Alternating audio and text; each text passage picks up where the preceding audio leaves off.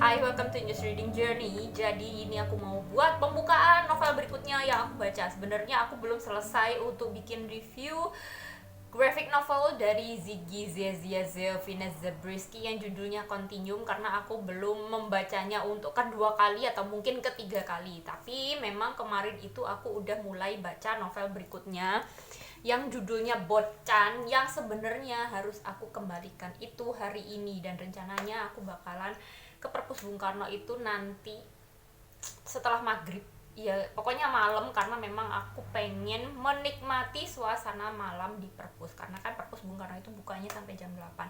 Dan ini aku bacanya baru sampai ke halaman 65. Jadi masih jauh, cuman emang aku nggak terlalu ngebut juga sih untuk baca ini. Kalau bisa memang aku selesaikan hari ini juga sebelum aku kembalikan, karena sebelum aku ke Perpus Bung Karno itu sebenarnya sore itu aku mau ke kafe dulu sambil cari makan, karena hari ini aku puasa. Jadi setelah aku buka puasa di kafe baru aku ke Perpus. Jadi selama di kafe itu aku masih mau baca.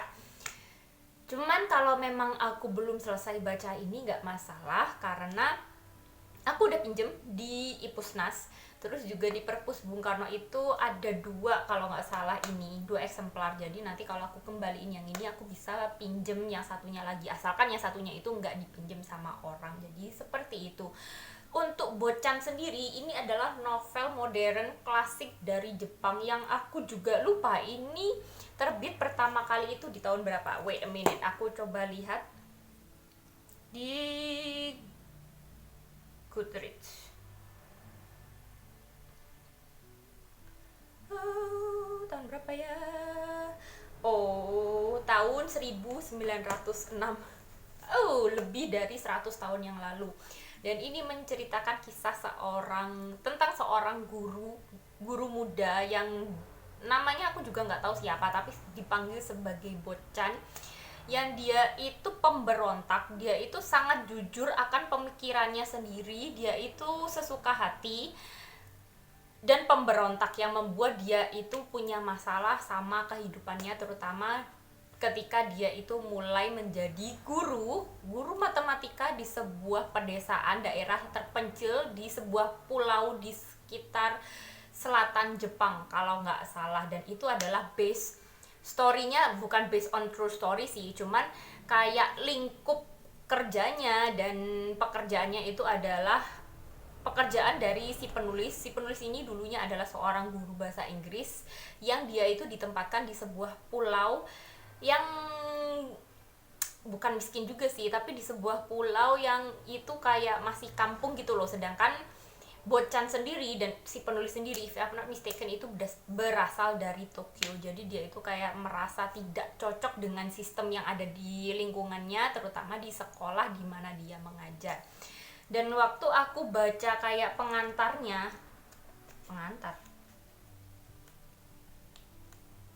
ini ada pengenalan atau pengantar dari penerjemah dari novel ini, tapi bukan penerjemah dari bahasa Jepang ke bahasa Indonesia, bukan. Jadi pengantarnya itu ditulis dari penerjemah novel Boccan ini dari Jepang ke bahasa Inggris, di mana di situ dituliskan bahwa sebenarnya Boccan ini, kenapa novel ini disebut novel ini akhirnya diberi judul Boccan, adalah itu berkaitan tentang penyebutan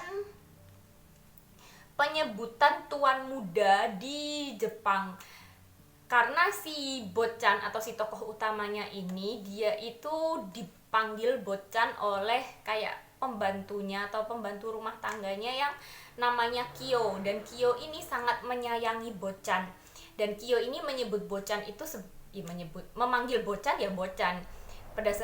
Padahal Boccan itu sebenarnya adalah sebutan sebagai tuan muda. Jadi selama aku membaca ini sampai ke halaman 65 ini belum disebutkan sebenarnya namanya siapa, tapi ya Boccan aja gitu loh, karena POV-nya berdasarkan POV-nya. Jadi panggilannya jadi ceritanya itu aku gitu loh, jadi dari perspektif orang pertama. Dan itu sampai sekarang aku nggak tahu namanya siapa, dan aku juga nggak tahu apakah di sini akan ada namanya atau enggak. Pokoknya penyebutan Boccan pertama kali itu terjadi ketika dia itu masih kecil.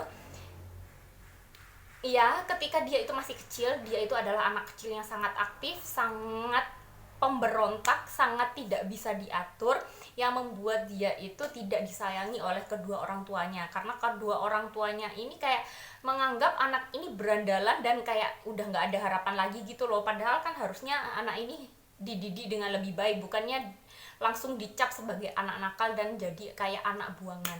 Sedangkan dia sendiri atau Bocan sendiri, dia itu punya kakak laki-laki yang sangat disayang kedua orang tuanya. Terus karena Bocan itu kayak dibuang sama orang tuanya, kayak udah hampir nggak dianggap anak, ternyata pembantu rumah tangganya yang namanya Kyo itu sangat menyayangi Bocan, karena Kyo ini merasa kasihan pada Bocan yang tidak mendapatkan cukup kasih sayang dari kedua orang tuanya. Maka Kyo ini berperan sebagai pengganti ibu. Segala sesuatu yang Bocan butuhkan itu kayak pada akhirnya dipenuhi oleh Kyo. Padahal Kyo sendiri juga nggak punya uang, tapi Kyo ini kayak rela mengorbankan apapun yang dia miliki agar Bocan ini bisa hidup dengan lebih baik gitu loh. Karena kasihan aja gitu sama Bocan, karena dia itu sangat dibedakan dari kakaknya yang sering dimanja, dibelikan banyak hal, dan diperlakukan dengan lemah lembut oleh kedua orang tuanya. Dan ternyata Bocan ini dari kecil dia itu udah jadi anak yang pemberontak. Dia itu jadi anak yang berandalan. Dia itu jadi anak yang nggak punya filter ucapan. Jadi kalau dia ini nggak suka sama orang, ya bilang nggak suka sama orang. Dia benci sama sesuatu, dia langsung benci sama sesuatu. Jadi kayak benar-benar sesuka hati gitu loh. Dan ternyata sampai beranjak dewasa, sampai dia ini jadi guru muda, dia itu sifatnya tetap sama, dan sifatnya yang seperti itulah yang membuat dia ini bermasalah di tempat kerjanya. Jadi ini baru awal ketika dia baru mulai bekerja di sebuah desa atau kota kecil, di mana dia itu hanya digaji 40 yen sebulan kalau nggak salah. Dan itu berdasarkan apa yang dipikirkan Bocan di sini, 40 yen itu adalah gaji yang sangat kecil dibandingkan dengan tuntutan dari pekerjaannya. Jadi seperti itu. Meskipun aku juga nggak tahu 40 yen itu kecil apa gede ya. Pokoknya Bocan ini beranggapan bahwa gajinya itu tidak sesuai dengan tuntutan kerjaannya, dan juga dia itu dia itu tidak bisa menyesuaikan diri dengan lingkungan kerjanya, terutama dengan murid-muridnya, yang murid-muridnya ini juga adalah murid-murid yang dia anggap kampungan dan sering mengolok-olok Bocan. Ya sebenarnya dari dua sisi sih aku ngerasa kalau dua sisi juga nggak melakukan hal yang kurang benar sih. Kalau Bocan itu dia terlalu sombong kalau dia itu berasal dari kota dan menganggap murid-muridnya ini kampungan. Terus dia itu juga sombong. Terus dia itu tidak mau memperbaiki diri, tidak mau menyesuaikan diri dengan budaya sekitar. Terus sedangkan anak-anak muridnya itu, mereka itu terlalu campur sama urusannya Bocan, bahkan urusan-urusan di luar sekolah.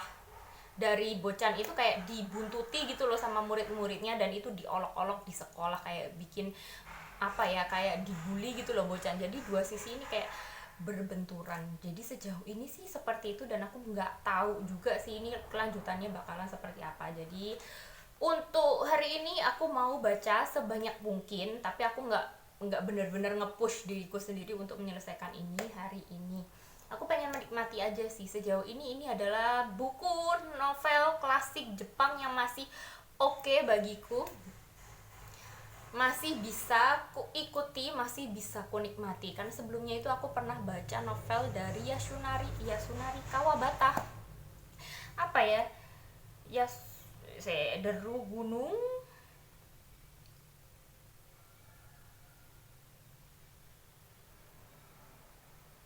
Yasunari Kawabata. Yasunari Kawabata yang judulnya Deru Gunung ini udah agak lama, aku juga lupa kapan aku bacanya ya.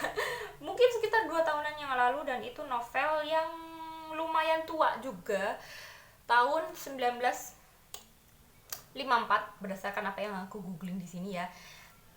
Tapi untuk novel yang itu aku tidak terlalu menikmati ceritanya, kayak slow pace banget. Terus juga aku nggak terlalu tahu tujuan dari novel itu apa, konfliknya itu di mana, kecuali konflik antara si mertua dan menantu yang kayaknya mertuanya itu punya perasaan lebih kepada menantunya.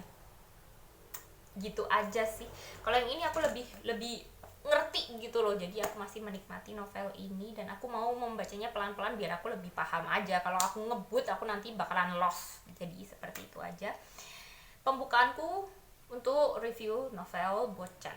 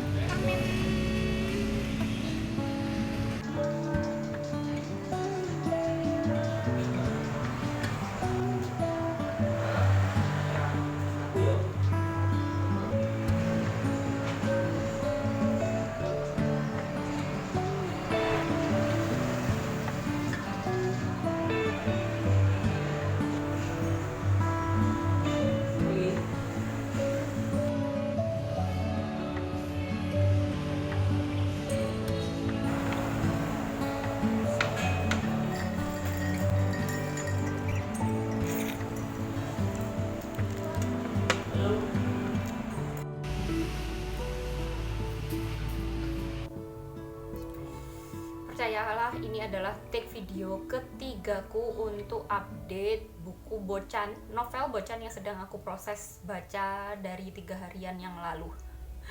Yang pertama itu keganggu karena ada sound horeg lagi takbiran, karena besok itu lebaran Idul Adha, lebaran haji, dan orang-orang di kampungku itu suka banget kalau lebaran itu malam takbiran itu kayak nyalain sound horeg buat takbiran keliling kampung, dan itu cukup mengganggu bagiku. Kenapa nggak tradisional aja gitu lah, atau di musola aja, karena bagiku itu mengganggu kalau udah tengah malam, karena aku kan orang yang light sleeper, jadi kalau denger suara kecil aja aku udah bisa bangun, apalagi suara yang kayak gitu dan itu sepanjang malam, dan aku nggak bisa tidur semalaman. Sedangkan di hari lebarannya itu aku perlu bangun pagi untuk siap-siap masak, karena ada kayak tradisi di tempatku, entah di tempat kalian seperti apa, ada tradisi buat bawa kayak makanan nasi kotak itu untuk dibawa ke musola, terus kayak doa bersama gitu loh. Dan itu aku perlu masak pagi-pagi sebelum aku berangkat ke masjid bulat buat sholat id, buat jamaah. Tapi ya udahlah, namanya tradisi. Apalah aku mau komen juga nggak bakalan ada bedanya. Jadi tadi itu aku udah bikin 2 take sebelumnya itu keganggu karena suara itu, jadi ya udahlah aku bikin take ketiga ini, semoga suaranya agak lebih oke, karena kayaknya sound horregnya udah pergi lebih jauh dari sini, jadi kayaknya suaraku lebih jelas. Jadi untuk Bochan itu kan aku udah proses baca itu 3 harian, dan sebenarnya rencana awalnya itu kalau aku nggak selesai baca buku Bochan yang aku pinjam dari Perpus Bung Karno itu, aku bakalan pinjem buku lainnya, Bochan yang lainnya, karena yang aku tahu itu di Perpus Bung Karno itu ada 2-3 eksemplar. Jadi kalau aku balikin buku itu kan aku bisa pinjem buku yang satunya lagi yang ada di rak buku. Cuman ternyata waktu aku ke perpus malam-malam kemarin itu, aku lebih tergoda untuk pinjem buku lainnya, dua novel lainnya yang belum aku mulai baca sama sekali, karena memang niatku adalah yang pertama aku menyelesaikan untuk membaca ulang Continuum yang videonya udah aku proses, udah aku edit, bahkan udah aku upload tadi, tapi belum aku publish. Jadi aku publishnya itu 2 hari lagi, karena aku ngerasa kalau mulai dari besok sama besok lusa itu aku nggak ada cukup waktu buat ngomong, karena besok lebaran, terus habis itu Sabtunya itu aku mau ngurusin daging kurban, kayak bantu-bantu untuk pembagian daging kurban di musola dekat rumahku. Terus juga Ya karena itu sih, terus makanya aku juga bikin update ini sekarang meskipun suaranya mungkin akan berisik, karena aku pikir kalau besok-besok takutnya udah kelamaan. Jadi untuk Bocan itu pada akhirnya aku memutuskan untuk melanjutkan baca di Ipusnas aja, dan ternyata hari ini aku ngelanjutinnya juga belum terlalu banyak. Kemarin terakhir kali waktu aku sebelum balikin ke perpus itu aku baca sekitar sampai ke halaman 100, belum jauh, bener-bener belum jauh. Dan ini aku udah baca kalau nggak salah di Ipusnas sampai ke halaman 120-an, jadi nambahnya hari ini dikit banget karena memang tadi itu aku lebih fokus buat edit video sama upload untuk continue. Dan sejauh ini sampai ke halaman 120-an dari 222 halaman total yang ada di Ipusnas, aku kayak aku jadi semakin merasa jengkel banget sama sifatnya Bocan. Bocan ini bener-bener kayak orang yang nggak ngerti perasaan orang lain, sesuka hati sendiri. Pokoknya dia itu kayak apa ya, nggak mau mengikuti aturan orang lain gitu loh, meskipun aturannya itu mungkin baik, aturannya itu bener, dia itu kayak sesuka hati sendiri. Terus dia itu juga gampang banget kehasut sama orang lain. Kalau orang lain itu bilang orang itu jahat, nanti dia itu langsung percaya gitu loh. Jadi kayak sejauh ini kayak aku pikir Bocan ini bakalan jadi guru yang baik. Kupikir ketika aku membaca blurbnya di bagian belakang bukunya itu, kupikir Bocan ini menentang sistem apa sih, pokoknya dia itu kayak melawan sistem di sekolahnya itu, karena memang sistemnya itu berjalan dengan tidak baik. Karena Bocan ini orang yang terlalu jujur, orang yang terlalu berani, makanya dia itu berani menentang sistem yang salah di tempat dia bekerja atau di lingkungan dia bekerja. Cuman setelah aku baca-baca lagi sampai ke halaman 120-an ini, kurasa sistem yang dia tentang itu sebenarnya nggak totally salah gitu loh. Cuman Bocan ini memang menentang sistem karena emang dia itu enaknya sendiri. Dia itu kayak nggak mau ngikutin aturan apapun dari orang lain, nggak mau mengikuti aturan sekolah yang sudah ditetapkan gitu loh. Jadi kayak bener-bener sifatnya Bocan ini dari kecil dia itu adalah anak yang sesuka hati banget gitu loh. Jadi sampai di halaman 120 ini aku ngerasa kalau tokoh utama ini menyebalkan, Bocan ini menyebalkan. Tapi dia itu punya satu sisi yang sedikit lembut, lumayan lembut itu untuk Kyo atau si pembantu rumah tangganya dulu. Karena waktu dia itu merasa bahwa orang-orang lain di sekitarnya itu buruk, bahkan dia juga menilai dirinya sendiri juga kadang tidak terlalu baik. Tapi bagi Bocan itu, Kyo adalah satu-satunya orang yang paling baik yang pernah dia temui, yang akhirnya Bocan sadari ketika Bocan ini sudah menjadi guru. Jadi sebelum-sebelumnya Bocan ini kayak masih belum sadar gitu loh kalau Kyo ini adalah orang yang benar-benar memperlakukan Bocan dengan sangat baik dan lembut. Dan untuk tokoh Kyo sendiri, waktu aku baca di awal cerita kan Kyo ini udah merawat Bocan itu dari kecil. Dan Kyo ini meskipun dia itu adalah orang yang sangat sederhana karena dia hanya pembantu rumah tangga di rumahnya Bocan, kan it means kalau dia itu nggak punya banyak uang. Tapi Kyo ini kayak mau ngasih kayak uang saku untuk Bocan karena Bocan ini nggak dapat dari orang tuanya, atau mungkin membelikan sesuatu yang Bocan mungkin butuhkan kayak gitu. Aku jadi mengingat masa kecilku dulu. Waktu aku baca di awal ini aku sampai kayak kayak terharu, kayak aku jadi pengen nangis karena aku mengingat masa kecilku sendiri. Karena aku melihat Kyo di sini itu seperti nenek, seperti nenekku, bukan nenek dalam artian orang tua ibu dari ayah atau ibu dari mamaku, enggak. Jadi aku punya satu orang nenek, yang nenek ini tidak ada hubungan darah sama sekali sama aku. Jadi ini hitungannya sebenarnya dulu adalah tetangga. Dulu aku tuh lahir dan besar sampai TK itu ada di Bondowoso, dan selama itu kan mama sama ayahku kan kerja Dan aku punya tetangga yang kayak yang kayak dipercaya sama mama sama ayah itu untuk jagain aku waktu mereka itu kerja ya, dan aku manggilnya itu Mbah Uti, kayak nenek gitu loh, Mbah Putri atau nenek. Dan Mbah Utiku ini orang yang hidupnya sangat sederhana, dari keluarga yang sederhana banget, tapi Mbah Uti dan keluarganya itu memperlakukan aku itu benar-benar seperti cucu kandungnya gitu loh. Kalau aku lagi nangis, kalau aku lagi dimarahin ayah, atau aku lagi sakit atau gimana, itu Mbah Uti gitu yang suka gendong aku, ngajakin aku jalan-jalan ke sawah atau ke kebun, terus beliin aku permen biar aku itu nggak nangis lagi deh. Dan itu aku kayak ngelihat, kalau waktu aku baca Kyo itu aku jadi ngerasa kayak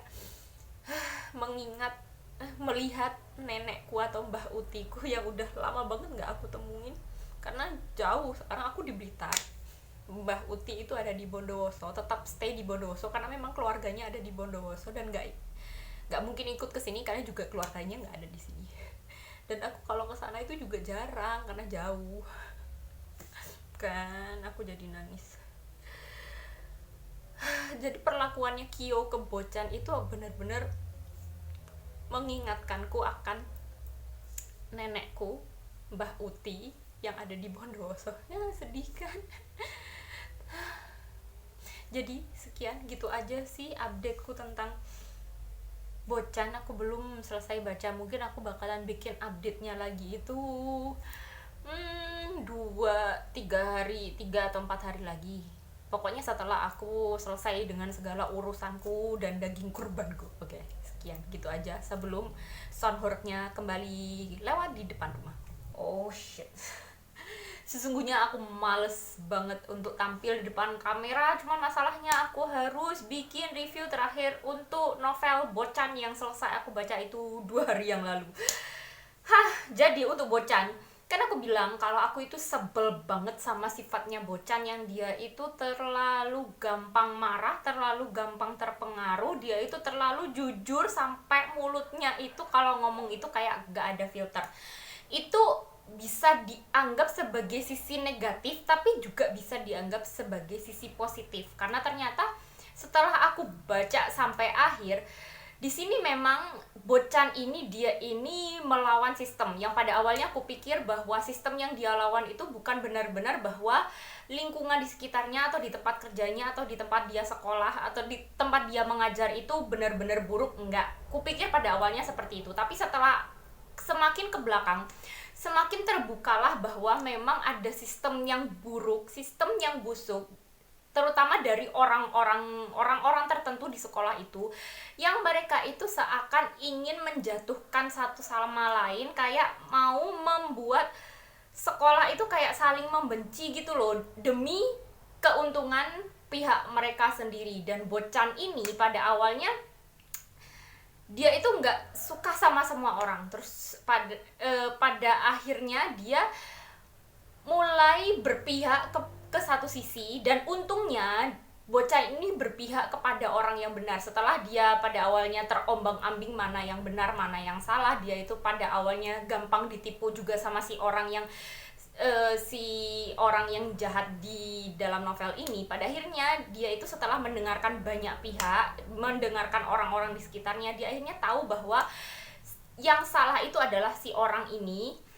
Dan Bocan ini pada akhirnya melawan sistem, tapi bukan benar-benar melawan ya. Pokoknya dia itu dengan beraninya dia itu bilang kalau dia nggak suka, dia bilang kalau apa yang dilakukan itu salah, karena memang Bocan ini kan sifat dasarnya adalah dia itu seperti anak kecil. Yang anak kecilnya ini adalah anak kecil yang terlalu jujur, anak kecil yang terlalu cepat emosi juga sebenarnya. Cuman karena kejujurannya ini dan hati yang sebenarnya tulus ini, meskipun sebenarnya Bocan ini kayak anak yang berandal dan gak bisa diatur, sebenarnya ada hati yang tulus, dan dia itu karena kejujuran itulah dia itu jadi satu sisi dia itu dibenci atau gak disukai sama orang karena dia nggak gampang berbaur, nggak apa ya, tidak gampang mendapatkan hati orang lain. Tapi di sisi lain, karena kejujuran seperti anak kecil inilah yang membuat bocan ini jadi gak tahan sama kesalahan orang lain, sama kebohongan, sama kebusukan yang dilakukan oleh orang lain. Maka pada akhirnya setelah aku membaca novel ini, meskipun pada awalnya itu aku gak suka sama sifat bocan yang itu benar-benar kayak anak kecil, benar-benar gampang meledak-ledak, gampang terpengaruh, gampang mengikuti orang lain, gampang menyebut orang lain itu bodoh, gampang menyebut bahwa orang lain itu tolol, menyebut orang lain itu kampungan. Tapi sebenarnya ada sisi di mana bocan ini sebenarnya adalah seperti anak kecil yang jujur, yang baik, yang tulus. Dan kurasa kenapa sifat bocan ini sampai dewasanya itu menjadi seperti itu, karena masa kecilnya dia itu tidak cukup mendapatkan bimbingan dari kedua orang tuanya, yang waktu itu orang tuanya itu kayak membuang bocan dan lebih menyukai kakak laki-laki dari bocan. Karena tidak mendapatkan bimbingan itulah maka bocan ini tidak belajar untuk bertutur kata dengan baik, tidak belajar untuk tidak belajar bagaimana kesopanan, bagaimana beradaptasi, bagaimana menerima kesalahan dan kekurangan orang lain. Karena memang orang tuanya tidak cukup mendidik bocan. Cuman untungnya ada Kyo. Kyo ini adalah sosok yang sangat mendukung bocan dan membuat bocan ini dan membuat jiwa bocan ini tetap menjadi jiwa yang murni. Karena Kyo ini adalah orang yang sangat menyayangi bocan, dan cara Kyo mencintai bocan, mendidik bocan itu dengan cara yang lemah lembut seperti seperti seorang nenek. Makanya bocan ini tetap memiliki jiwa yang baik, meskipun kebaikannya ini agak terlalu jujur, terlalu tidak bisa dikendalikan. Makanya akhirnya bocan ketika dewasa itu tetap menjadi seorang bocan, yaitu seperti seorang anak kecil, seorang tuan muda yang manja, yang jujur, yang sesuka hatinya sendiri. Makanya pada akhirnya aku memahami kenapa novel ini diberi judul Bocan, karena memang sifatnya bocan itu seperti anak kecil yang manja, seperti seorang tuan muda yang manja tapi jujur dan berkelakuan seenaknya sendiri. Dan karena memang sampai akhir pun aku tidak tahu siapa namanya bocan ini. Cuman ada beberapa bagian itu ketika bocan ini sedang berkomunikasi dengan Kyo, kan sampai akhir bocan ini pada akhirnya bertemu dengan Kyo kembali. Kyo ini menyebut bocan sebagai bocan karena pada endingnya akhirnya bocan kan kembali ke Tokyo karena dia sudah tidak tahan dengan sistem yang ada di tempatnya dia bekerja. Dia akhirnya memutuskan untuk resign tiba-tiba karena dia sudah tidak tahan. Terus dia pada akhirnya memutuskan untuk bertemu dengan Kyo karena dia merasa bahwa hanya Kyo lah yang bisa menerima dirinya dengan baik, dan hanya Kyo lah yang sebenarnya memperlakukan bocan ini dengan benar-benar tulus. Dan akhirnya janji bocan ketika kecil dulu untuk punya rumah sendiri dan mengajak Kyo tinggal bersamanya itu akhirnya terpenuhi di akhir, meskipun pada akhirnya ada sedikit sad ending sih di bagian akhir, karena memang kan ceritanya Kyo ini memang udah sepuh, udah tua, udah sakit-sakitan, jadi kayak gitu sih. Meskipun pada awalnya aku gak suka sama bocan yang kayak gerusak-gerusuk gak jelas banget itu, tapi ternyata ada sisi baiknya juga. Jadi ini menarik untuk dibaca. Sejauh ini novel klasik Jepang yang aku suka, yang selain aku suka dan aku pahami adalah bocan. Selain itu aku belum menemukan klasik Jepang yang menurutku cukup menarik bagiku dan cukup bisa aku pahami isinya. Jadi seperti itu aja review novel Bocan dariku. Untuk kalian yang tertarik untuk membaca Bocan, silahkan baca karena ini bukan novel yang sulit untuk bisa dipahami kok. Jadi begitu aja. See you next time. Goodbye.